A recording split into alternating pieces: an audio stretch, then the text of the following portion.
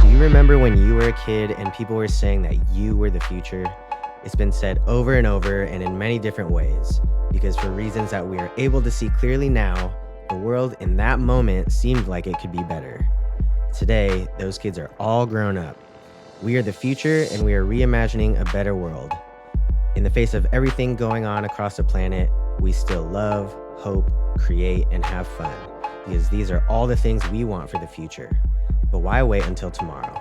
The future is now. Welcome to the Reimagine podcast. The future is now. I am one of the co-hosts of this podcast, Sarah, and I am here with our main host, Ryann Louie, who is going to kind of take this episode to share about themselves and how they got into the work and how their identity has shaped them leading the Asians for Collective Liberation organization here in Spokane. So it'll be fun. We'll talk about a lot of fun issues and likely laugh a lot because that's what we tend to do.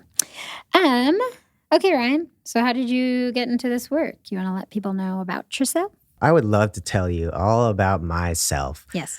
So I'm originally from Southern California.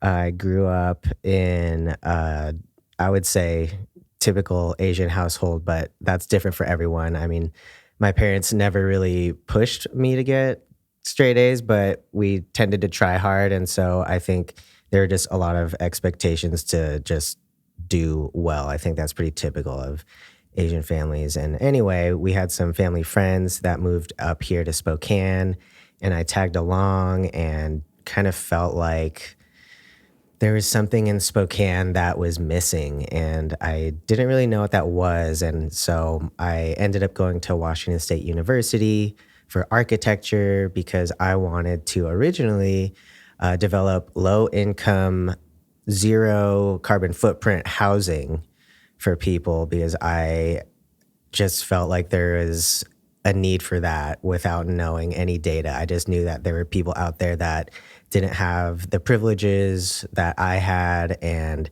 that there were people that were in need. And so that's what I went to school for and got burned out from architecture. And then I traveled around and worked at bike shops in Boulder, Colorado, and didn't find a home there as much as there was a lot of energy and fun activities and good vibes that I still just felt like I was drawing so many parallels between Colorado and just a lot of places that I live or experience and travel, that I'm like, man, it would be really cool if that was in Spokane. And so I came back to Spokane in 2017 with this idea that I just wanted to be involved in making change happen here. And I still didn't know what that was at the time. And I was very intentional about getting into the activist community. I don't remember exactly how I found my way through to this organization called SIMBA, the Spokane Independent Metro Business Alliance. And I helped do some of their startup events and met a bunch of different organizers and people in local government, and started to really learn about the systems that we'd lived in. And despite like growing up in LA and being very environmentally conscious and just socially aware, and it was so inclusive, and it's just a whole world in one city, where I felt very fortunate to have these lived experiences with very diverse people and experience good food, and just not be afraid of people that look different from me, and really embrace them and find them to be in community with me. That was a total opposite in Spokane. Like, it's predominantly white. And I didn't totally think that was an issue until I learned about just more about the systems and racism, and how like redlining and policies and just racism in general has made it so people of color are, usually segregated and that they're far and few between and that there's few opportunities for them in places where it is predominantly white. And anyway, through Simba, I met Rowena and Puyan, and they invited me to meet with them at Fresh Basket, at my Fresh Basket. I always call You call it Fresh Fresh Basket. I call it Basket.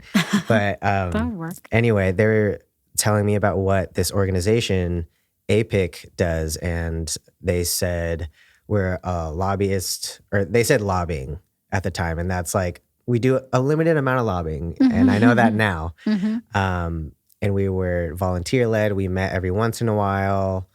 And I just knew there were a bunch of Asian people that looked like me, that had the same experience as me, that would be at these meetings. And I said, I want more of that because I do miss that. And it sounds like they're doing something cool. And I didn't understand what lobbying was until I went to legislative session and actually met with our electeds and talked to them about the issues that were on our legislative agenda. And it was about like language access and healthcare and just all the issues that we tend to advocate for that have been negatively impacting our communities. And that's how APIC started, was because of the Welfare Reform Act, which took away access to resources and just whatever people needed as the system would prevent people of color from having.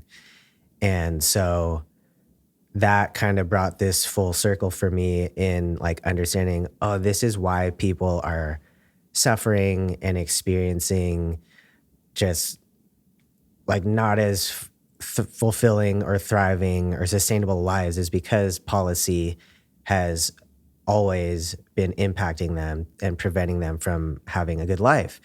And so I stuck around with APIC, and we eventually got more funding through the height of COVID, since we were already connected to community members and we had a lot of folks in public health that were working with us. And so we were that trusted messenger and community organization for the Asian community that would be able to put resources out for people to get the COVID vaccine, or to be a resource to address anti-Asian hate, which was also happening and like spiking since the previous administration. And I ultimately just became the full-time person that was willing to leave their job at the time and formalize us as a nonprofit and continue to grow and create a community and organization that we as staff and board all feel like is equitable and working for us, and not just playing that capitalist lifestyle or just sticking to those norms where we would have a 40-hour work week, have to have a certain amount of hours to get PTO. Like, we front-loaded PTO and sick time. We have a 30-hour work week. We have a bunch of paid time off, and holidays. And like, I just feel so fortunate to have all these things line up in my life to be in this community and create a new system and create a new way of being and serving the community and helping to reimagine Spokane. Lovely. So, in the work that you do within ACLS and other passion projects of yours, you do a lot around politics, around civic engagement, specifically within the Asian community, but also in the general Spokane community as well. So what does that mean for you to be like politically engaged or civically engaged or be involved with that process? I guess for me, it's just been recognition in like language, because I feel like all of the environmental things that I've been doing, like, I mean, using a reusable water bottle, picking up trash, like riding my bike, all those things that are just lifestyle choices for me are actually political. And people don't generally think that our actions or that they themselves could be political, because I think they just haven't connected those dots, and politics has been seemingly a certain type of person that's wearing a suit, that is on TV, that is talking about these policies and systems and laws and like concepts of life that don't always seem to impact everyone. But I feel like all of the things that I advocate for and stand for and believe in values wise is political. And for people to say that they aren't political is actually a political stance, because, that's exactly what politics and the powers that be want others to think, that they don't have to be involved in politics so that they can continue to control them and to have them not be involved, so that and aware that there's choices being made without like considering other people. So I think being politically and civically engaged is about being connected to people and understanding that all of our actions individually and as a community have impacts on others, that we should be respectful of the planet and the people and life on this planet, and that, we can't exploit people anymore in the name of profit, because that's just what politics has all been catered towards, is to maintain profit for the wealthy. And it's been very clear, especially during COVID, when corporations continued to make crazy profits and everyone was suffering. It's like, at what point are people going to wake up and understand that all the world, is built for people, the small amount of people in power, to maintain power. And we, as people that are like basically being enslaved or controlled or just conditioned to think that this is the way the world is supposed to be, are, I think, just not aware of what other possibilities there are. And I think that's something that I've always been interested in, even as a young person that was trying to figure out what gender I would align with, and like being pushed into one box or the other is a political thing. And I think defying gender binaries is also political. And so like in every facet of life, there's an aspect of politics, and that as long as you're aware of it, then like there's going to be a place that has an injustice and where you can make a change. And so I think that has been very interesting for me to, as working with Asians for Collective Liberation, understanding, and with my architecture background too, there's just so many like built world laws and building code laws that were created a long time ago that were for, cis het white men. And that's not who the world is for. And there's so many more people on this planet that have been left out of creating the world for themselves. And I feel like I've been interested in just doing that, in creating our own world, because we should all be able to do that. Absolutely. I think a lot of people just assume politics are this one issue, and we know politics are very personal. Mm-hmm. And yeah, it's a bit of a luxury to not pay attention to it, because that likely means it's not impacting you. That's neither here nor there. So you kind of described a little bit about what all is involved with politics and civic engagement. What do you feel is at stake in our current day and age, July 2024? Yeah. You said this last time, is that everything is at stake. And I think that just kind of is totally true and still is 30 minutes later after we were just talking. Because all of our issues it feels like they're currently impacting us, whether it's locally and there's a housing crisis and people are being criminalized for losing their home. And so many people are like a health care bill away from losing their housing.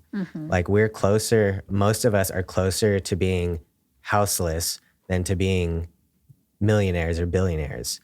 And it feels like, it's almost 100 degrees and it's super hot and we're having just climate crisis all over the place and like fire season happening and smoke blowing all the way across wherever and anywhere to like just ruin our summer. And it just seems like politicians and people that are in power and just want to continue to make money are just all about that. And so what's at stake is humanity. Just like casual, just a casually, our humanity. Like, are we going to be able to be our full authentic selves? Are we going to be able to rest in the streets or in a park or hang out in the park after dark? Like, I got kicked out of the park recently. Did you really? Yeah. I was there past midnight and they're like, you have to leave. Well, it's hot inside and you don't have air conditioning. Like, I would want to sit outside. Just sitting. Yeah. Anyway, it feels like if we don't participate and start to be more engaged, and that, like, I've shut off the news and been disengaged for a while because it is a lot. There's something every day that seems like it's negative and out of our control, but I don't feel like that is the way it has to be. And so I feel like if we want to turn our world around and really make an impact, that we all just have to do something as little as voting to participate and to maintain a decent world. Like, we have to vote up and down the ballot for all the positions and not just the president, because the president only has so much power in certain aspects, and that our local government has a greater impact on us locally and will have greater protections for us in our state than what the federal government can do. And so if I just feel like we have to keep holding out for hope, and that it is a practice and sometimes it feels hopeless, but for us to keep believing and wanting something different, that I feel like we can all be a part of that. There's a place for everyone in this fight, for sure. Okay, so you're the executive director for Asians for Collective Liberation. Yeah, I guess so. So why do you think this organization specifically is needed? Yeah. Especially in Spokane. Yeah, I think that the Asian community in general has not been seen as, I don't know, I guess just a powerful community. It feels like since Asian people have come over to the United States, in whatever way they have, they've always been looked down on as just a person, and that they have to perform and have to, in order to make it in this world, have to be some professional, successful, rich doctor or architect or banker, or just have to play into this model minority that we've done something good and are contributing to the world. And there's also been, like, we're not white enough because we aren't white people, but then we also we've been pitted against Black people as well in, like, especially with police brutality. Like, my family, I think, they grew up in a predominantly Black community, and my grandparents were just scared of all the Black people. It's like, you get to know your neighbors and they're just people. It's like, they didn't do anything. It's just the narratives of how, we don't have to get totally into it, but it's like Asian people have been put in this middle space of having to perform. And also we experience just as much poverty and lack of education and like refugee and immigrant statuses. And a lot of people don't speak English. And that's been really challenging in trying to just get information out there. And so part of what our organization has been doing is translating resources to various Asian languages. And I want to say that we're one of the first groups to be doing that, especially for COVID. And we know that's important for people that don't speak English, which there's thousands of them in Spokane. And you might think like that's 2%, 15,000 people. It's like, that's still still a significant lot, number yeah. of people. Like one person, I feel like would still be an important person, to get those resources and get the health care and whatever they need to be safe and healthy. So besides providing the resources to our Asian community, we're really pushing for collective liberation. And that is a really huge concept to think about. And it's really exciting, but it's like, we know that all marginalized people have very similar struggles, and that even though they might be like in different ethnic groups with different like citizenship statuses or whatever, that we all deserve to have a good life and to thrive and to be safe and healthy and have dignity, and that the things that we do for the Asian community who has been impacted negatively by policies will benefit everyone, because it's not like the law is going to change, like just Asian people are going to get healthcare. It's like, well, no, we fight for all undocumented immigrants to get healthcare. So I think our organization in particular has a really holistic view of what change can be, and that we're also taking a healing and like resistance approach and creating different systems and ways of doing things and trying to be fun about it, and that we're all young people. And I think that's important because we are just more creative and have more energy and have there's more of us in numbers to be able to make change happen. Like looking through all the voter data, millennials, Gen Z, and like I guess even some Gen Xers are still in that young demographic, that we outnumber boomers and what was the other generation? The old generation. The silent generation? The silent generation. I think. Yeah, no, you're right. See, I'm like, I forgot what they are. But our demographic is becoming the larger demographic, and that most of us are recognizing that we want something different. And if people knew that there were other groups or organizations such as ours that were trying to create a different world, I feel like we could actually make change happen just through sheer numbers. Yeah, and we know that. I think what ACLS does really well, and I think APIC as a statewide coalition, is the multi-generational approach, because we have quite a range of ages, and I think there's a lot of power in that, from like pushing some of our elders to be more progressive, our elders remembering where we've come from and can remind us of who we're fighting for. So I think it's a really unique experience. And I think it's super important in Spokane. So what do you think are some wins that we can all be proud of for ACLS?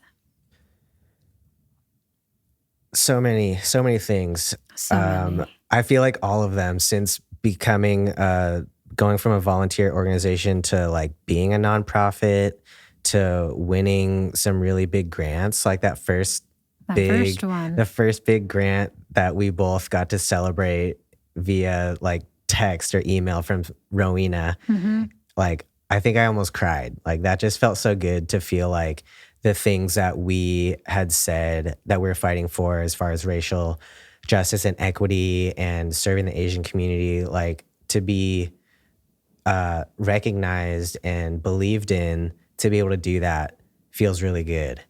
And I feel like, over the past couple of years, we've been focusing a lot of events and energy on Heritage Month, or Asian American Heritage Month during the month of May. And we are like telling our own stories and sharing documentaries of Asian stories and creating art and like sharing our identities in our own voice. And I feel like that's so important because in school or in other narratives and on the news, it seems like Asian people are depicted in very minimal ways. And we're seen a lot as our food or our traditional culture or just being that model minority. It's like we're just as diverse and human being as anyone else. And so I feel very just like fulfilled to be able to create space for other people to share their stories and be themselves and to feel safe doing it. And, our big dream of collective liberation is something that we might not see in our lifetimes. And we just did this strategic plan where we think if we do all these different metrics and get people to vote and create spaces for Asian community, that collective liberation will happen, and it will. But it's like in each of our little events that we're catching glimpses of liberation and seeing young Asian people and families come together and just experience joy and experience our culture and to play together and to heal together and to share those experiences. And like whether they're bad or good, like we all are just feeling the same thing. And I think that's really important for us to like feel together and to think together and be creative together. And I feel like everything that we're doing is leading to collective liberation, and every little thing feels amazing. Yeah, I totally agree. I think for me to add my own thoughts, I really loved the Garland Theater like movie screenings. I thought that was so cool to see like all of us up on the screen, and I think just seeing how far we've come in 4-ish years is wild. I think there's a lot to be proud of for sure. So what, when you're not doing work constantly or riding your bike or cuddling Fred, the cat, what does healing look like for you? Yeah, healing is definitely therapy. I'm glad that I found a therapist that is Asian and queer and non-binary. And after having two cis white women therapists, Same. that's like what we had in Spokane. And finding this person online via telehealth it's just done wonders for me being able to show up as myself and to not have to. I feel very safe, and I feel like this is a person I've been needing for a long time to talk to. And being able to just try to balance out my life between the work and play, because I like playing and I've been trying to incorporate play and work, and that isn't always possible. And at the end of the day, like I feel like my brain is just drained and I don't want to talk to people because I feel like I'm talking to people all day. And I'm just so glad that I have an X number of people in my life that I can lean on when I do feel social. And I've been riding my bike with a bunch of friends. We're going from Seattle to Portland this weekend. Is it this weekend? Yeah. Holy I know, moly. right? 200 miles. So for me, it's staying active and being with people I love that love me. Like that just feels great. Yeah, I think definitely having a community around you that can see you for you and not require you to be anyone but yourself is always top notch. So how do you think it looks like for healing, things like that, as a community? And it could be like Spokane as a community. It could be the Asian community. Yeah. Even though we're far and few between, like there's plenty of queer people, there's plenty of Asian people, there's plenty of Latin people, there's plenty of Black, like there's just so many different communities in Spokane that people can be a part of. And I think being in person with people that you can show up as your authentic self is so important for community healing and joy.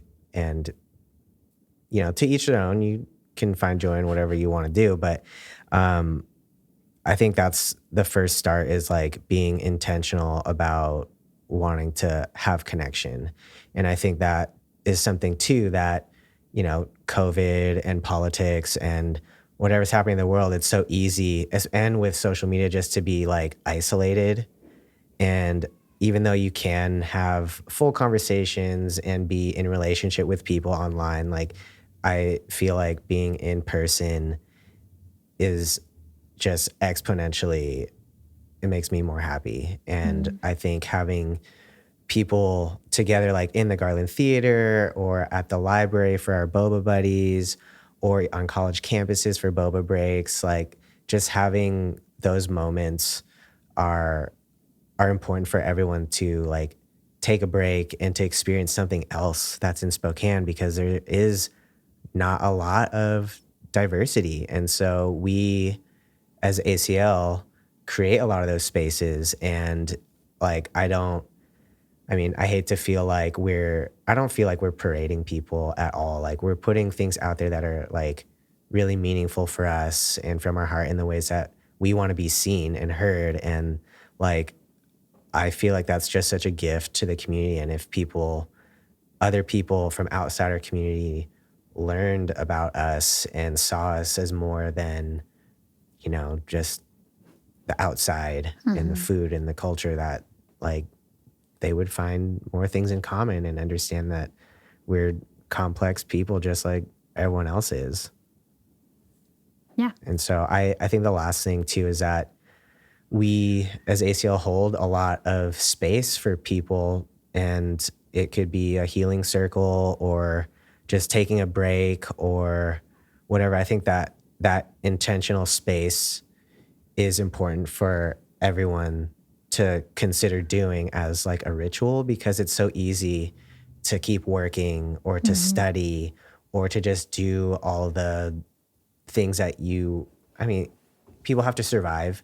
I think there's also something I'm learning in therapy is like, you don't have to meditate for like an hour. It could be for like a minute, like start really small. And so I think those are the things that we're trying to do, is make those bite-sized chunks of peace and like space for mental health that are really important for the community to all heal together. Gorgeous. Okay, so healing is one big component of the work, but you started to touch on this, but how do you celebrate and bring joy into your life? Because I think both of those things are really important, since this work can be pretty draining and require a lot of you and your emotions. Yeah. For me, it's going to live music. I feel like that is one of my most favorite things to do, is be around loud music that you could feel in your body, and that you see everyone else around you dancing and having a good time. And usually, there's your indoor concerts, but then there's your outdoor concerts, like in Golden Gate Park or even in the pavilion, and just like being outside and getting to see the sky and the trees and touching the earth, and like whether that's at a music festival or like camping out or being on a hike. Like I've found a lot of joy in just like sitting in silence and looking at the sky. Yeah. I love looking at the clouds. So I'm pretty simple like that.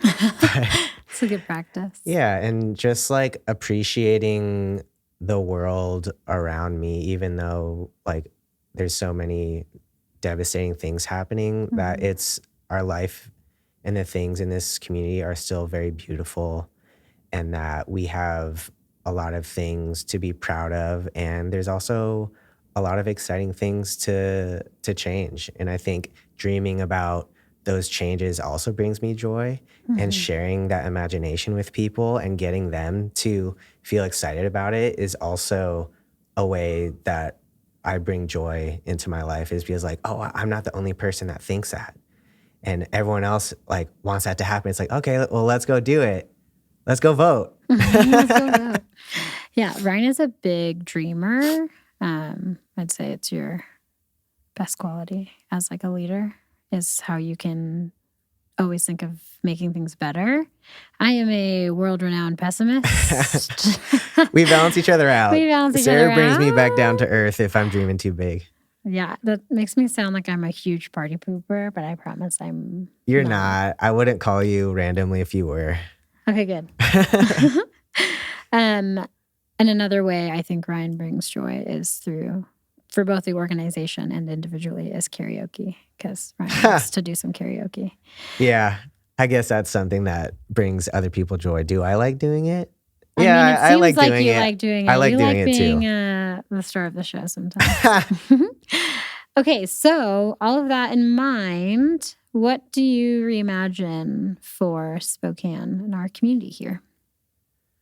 Yeah, I reimagine that everyone could feel like they have a place to also reimagine and to be a part of the change, and to know that there's other people that are wanting similar things in the community, and that when regular people all come together in large numbers, that we can overtake the powers that be. And less in like a coup kind of way, but more in a not in a community coup, kind of way. in a like, yeah, let's build something different and show everyone that this can work in the ways that we're doing it, in the ways that we want, and in the ways that defy capitalism and whiteness and all the isms. And I think that's something that just the creativity and the place to be yourself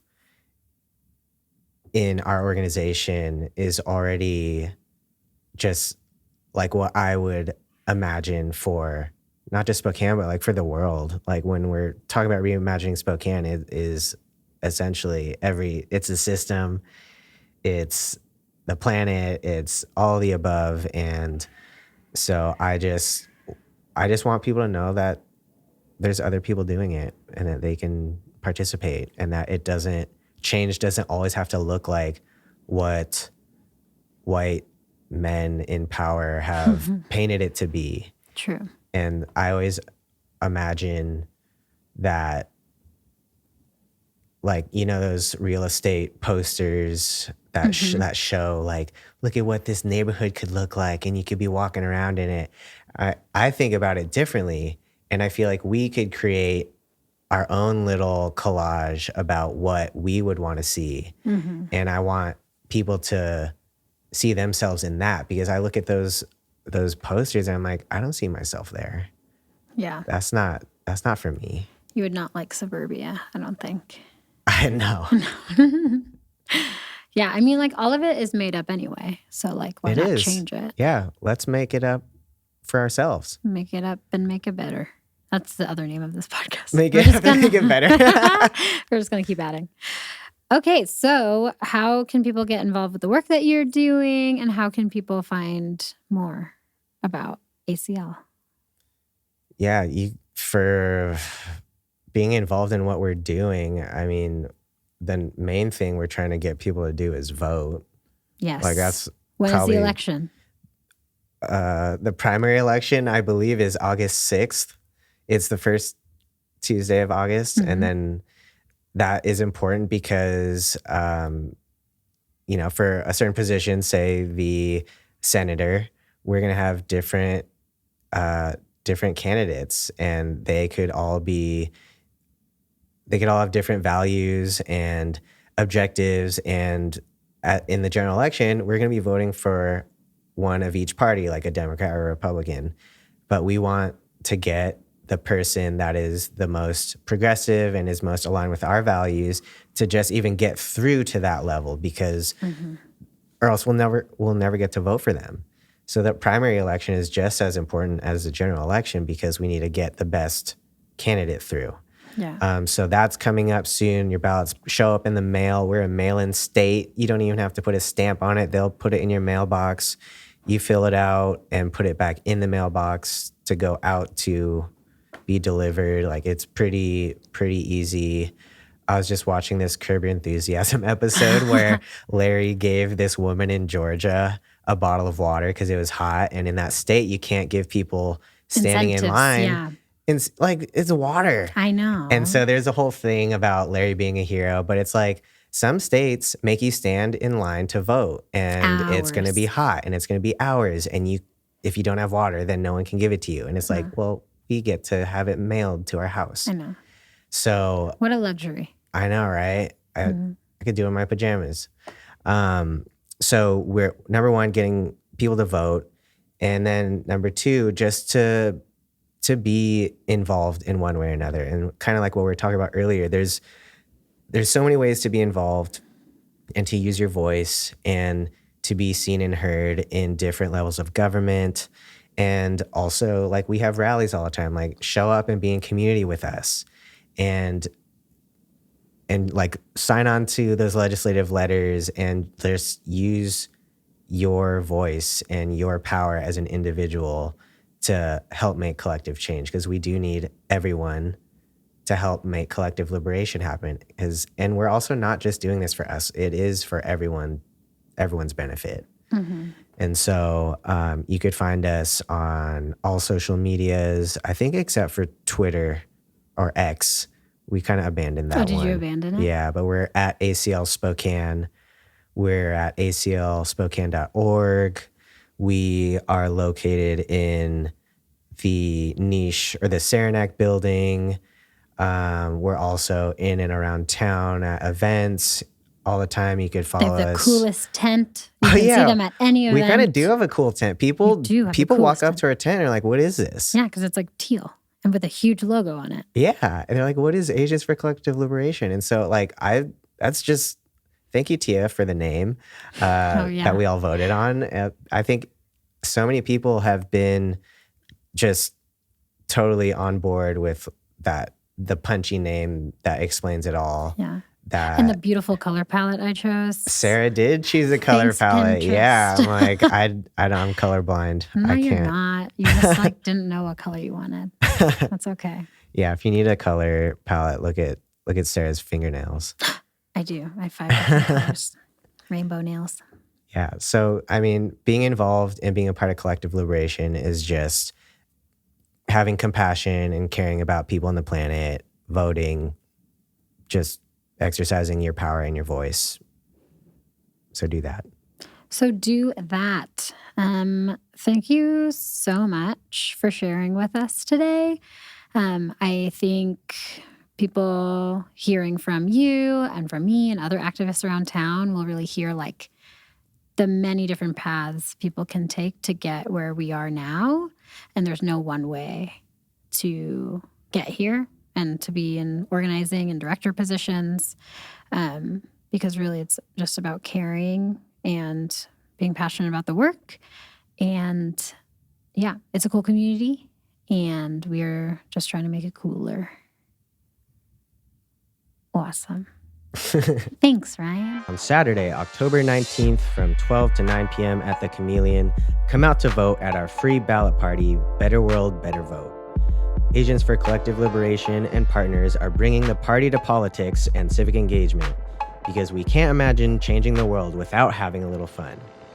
Thank you so much to our sponsor, Empire Health Community Action Fund, our producer, Fohrm Studio, our music producers, Ryann and Kyle, and to our listeners and voters for helping to create a future that we can have now.